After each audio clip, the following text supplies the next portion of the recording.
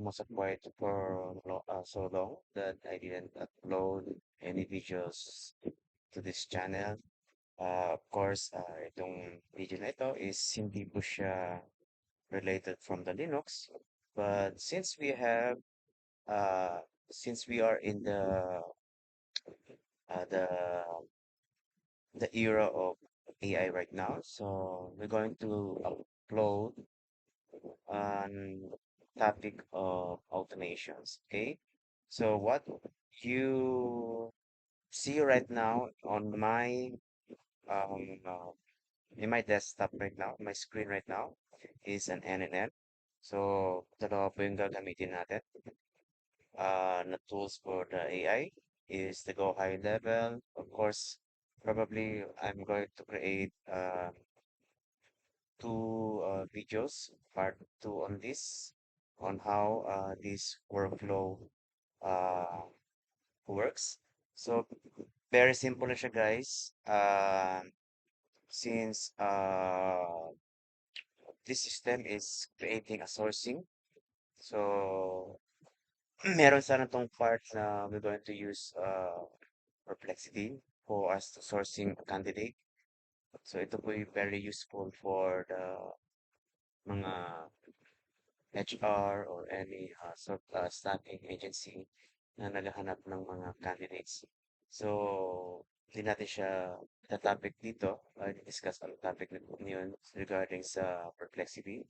But basically, very simple lang yung ginagawa ng Perplexity is to source every candidate uh, sa net, and then pag may nakuha siyang file, if he gets something a decent candidates, so he will put it here in the incoming. Okay, so wala po tayong files for today, but we're going to provide that because ang file po natin na example is nandito sa process. We're going to put it here, na-transfer natin siya. So, discuss lang natin yung dalawang workflow na nagawa ko. So this template of workflow na ginawa ko sa NNN is it will trigger 1 minute. Every 1 minute, isa-scan niya lahat yung uh, file. So, titingnan po natin kung ano po yung mga nasa loob. Basically, ito lang po yung mga nandito ngayon. Meron tayong isang candidate dito for sample. Okay? So, ito transfer niya lahat ito from here. Okay? Sa ating master sourcing natin. So, in in in order for us to transfer that, so we're going to use LNN. So ito yung workflow na sinasabi ko, guys. So every 1 minute sa scan niya yun. So since one lang to, we have only one candidate. So sa ibang sheets ko may dalawa. Okay, so balik tatlo.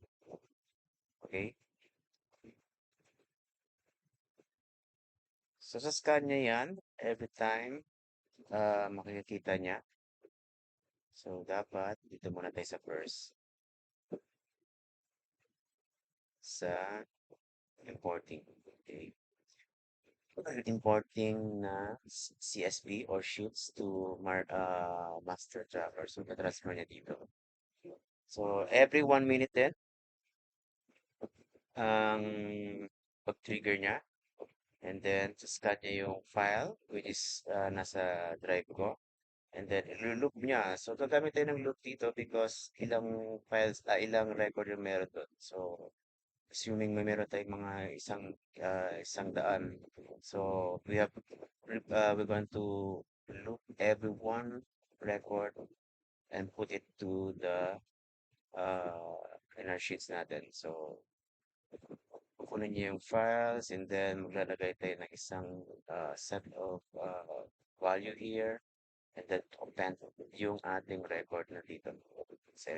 Okay? And then, napasok siya dito, lilimit niya one file and every move niya. And then, pag natapos niya, babalik na naman siya dito. And then, and so on. Okay? So, ganun lang yung work niya. So, and then, yung isa naman is yung sa, isisync niya yung record to the Go High level. So, sa ngayon, yung record natin dito sa contact natin is wala pa. So, mamaya, makita ko sa inyo how the record transfers sa Go High level. Okay, so right now, 1 minute into siya guys, ang pag-trigger. So, nakapublish na rin to siya. And then, let me explain first dito sa isang natin, isang workflow natin. Ayan. So, di ba, we already transferred the file from the ang tawag na, sa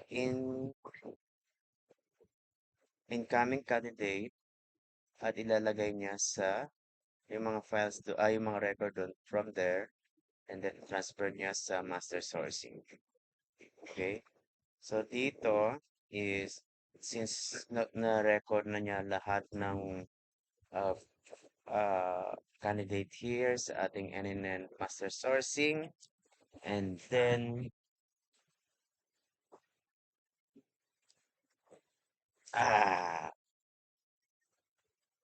transfer na niya. We're going to use again here loop because assuming may mga tatlong files tayo meron dito sa ating sample natin. So, tatlong beses din siyang tawag nito, iikot or maglo-loop siya until the record will transfer to the Go High level. Okay, itong setup ito, itong node na to is dito yung setup ng ating Go High level. So every time na maglo-loop niya, transfer. So dito ang condition niya is if meron siyang contact dito. Kasi siyempre, sa Go High level kasi, so medyo maingat po siya. Very strictly po sila paglagay ng record. So kung wala pong contact number yung ating candidates, hindi, or either of the two, email or contact, so hindi ko siya mag-save. So dito may condition siya dito na kailangan if may contact yung candidate, so dito siya pupunta and then save niya dito. And then babalikan siya. Same goes if may email or email na wala siyang phone, so dito siya pupunta. Okay? So ganun na yan. Looping na po siya guys and then until matapos niya and then i-exit na siya. Okay? So if you want to see yung actual uh, pag uh, pag-work nito, so we're going to give an example. So for example, itong files, oops, lalagay natin sa incoming, incoming candidate tables, okay? Because that's where Perplexity dump and files na nasa sourcing niya. Okay, move natin dito. Alright, yeah. So 1 minute guys, no? So after 1 minute, check natin to. So import muna. Let's check yung executions. 36. Okay. So dapat yung files dito na nilagay natin sa incoming is pupunta dito and then magre-record siya. Okay, magre-record siya dito. Okay. So 1 minute. So up to 1 minute, yung isang workflow po natin sa NNN to sync sa ating ano yun. So nag-trigger siya guys. 1 minute din, i-trigger yung isang workflow natin to sync sa ating Go High level. So let's succeed. So if you check here, may files na yan siya dito dapat. And then, yan. So, lumagdag siya, di ba? And then, we record yung ating tatlong ano. Right now, dito sa ating so, dapat natin na-play ito. Ito dapat may record na rin tayo dito. Okay?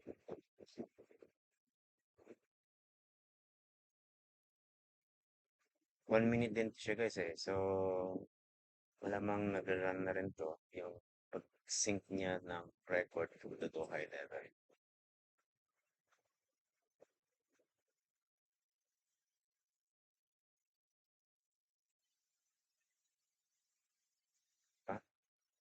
Ah, yes, meron na siya guys. So, ito yung, okay, dalawang files. Okay. And then if you can check sa opportunity because dito sa pag-create niya is opportunity aside sa contact, may record yung contact plus then so yan. Okay.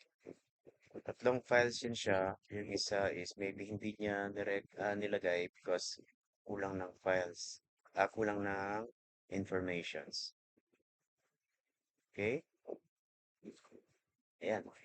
So, if you're going to check it further, yung sa detail by detail, how it works, pwede natin burahin ulit. Okay?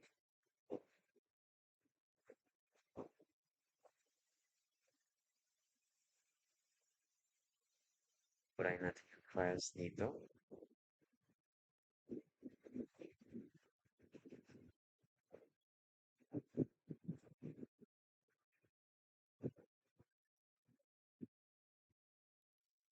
Para makita natin guys, we will see in the actual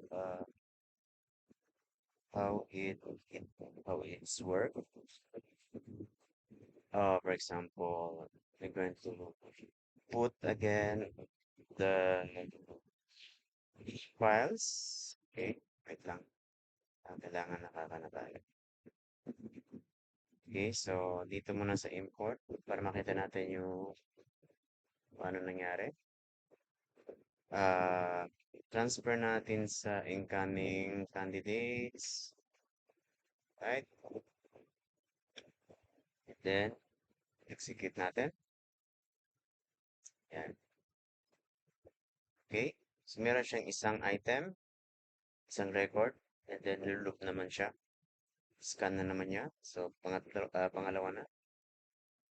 Yan. Okay. So, ganyan siya nag-work, guys. Check nyo. Yan. So, yung mga files bumalik na rin dito. Sa kabila naman, uh, syncing natin. Sync natin yung record na na-save niya. Lalagyan lang natin, guys. Okay. So, merong record na meron siyang phone. So, save niya ang contact. Gagawa na rin siyang opportunity, task. Ikot na naman siya. And then, we have two files. Ilalagay niya dito sa kabila. So, dalawa, tatlo. Okay. And then, it exit. Okay. Check natin dito sa go high level.